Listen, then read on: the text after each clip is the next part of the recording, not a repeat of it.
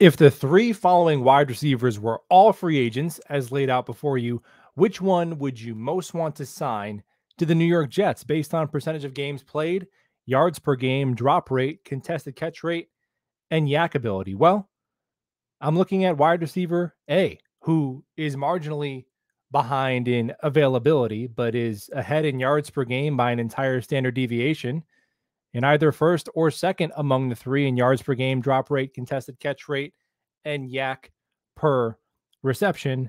And then the kicker of context, wide receiver B and C, average quarterback rating of the quarterbacks they've caught passes from in their career, 2 and 5, respectively. Top five quarterback play.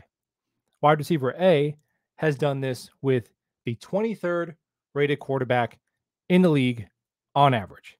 So if we take our emotion and our fandom out of it, I don't really see it being much of a contest.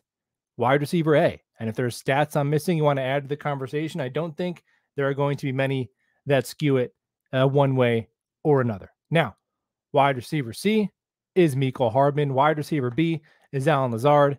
And wide receiver A is Corey Davis. Now, I think I'm not telling you to not be excited about Allen Lazard or Mecole Hardman joining the Jets. Love parts of both of their games. Allen Lazard's size and blocking, Mecole Hardman's speed. But the idea that Corey Davis is some bum is so far from evidence based that I had to lay it out here like this. Yeah, well, it didn't stop Garrett Wilson from producing.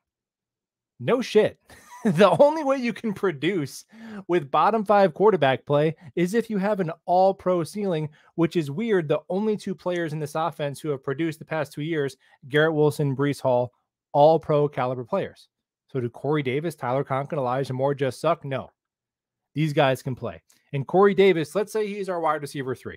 Let's say Allen Lazard gets the nod as the second most targeted receiver because he has familiarity with Rodgers and with Hackett. Okay, cool. Now Corey Davis is getting the team's third best corner. He's never getting safety help rolled towards him. Aaron Rodgers is going to fall in love with Corey Davis because he's a pro's pro. And if you were to stack up all of the wide receivers that Aaron Rodgers has played with in the last 5 years, 1, Davante Adams, 2, Garrett Wilson, 3, Corey Davis. There's no data to the contrary. This dude is going to ball out with an actual quarterback. He ate with a mediocre quarterback in Ryan Tannehill. He produced decently when on the field with a horrific quarterback. And if you look at his entire career, the injury rate isn't that far off from the other two guys we're super stoked about.